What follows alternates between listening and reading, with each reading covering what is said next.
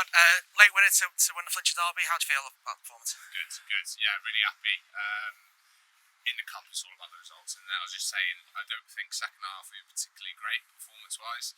I thought for large parts Saturday we probably a lot better and come away losing the game. So obviously the main thing is to just be in the hat for the next round. Really. Yeah. So you're just saying about the main results compared to the league. Was it nice to have the break from the league, or? Yeah.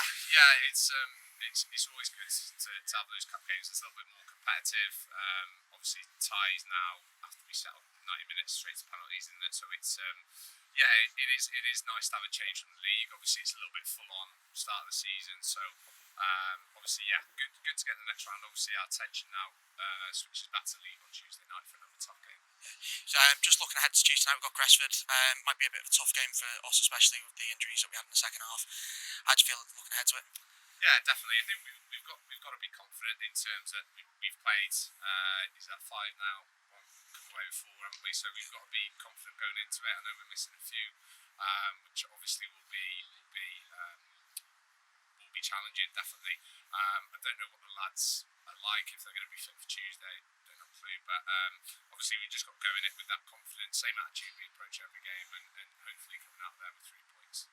And just saying about the confidence, and the amount of wins we've had over the last few games, it's a good start to the season for the Bus, especially with the smaller squad that we have compared to some of the other teams. Do you think that's going to build as we go into the season? Yeah, definitely. It's about building momentum, isn't it? Really, like I said, there's so many games at the start of the season. You want to be in and around that sort of top 5 mark, really, going out of this July, entering August. I know it's a little bit different to your typical season, but I think obviously moving forward it's just about carrying that momentum.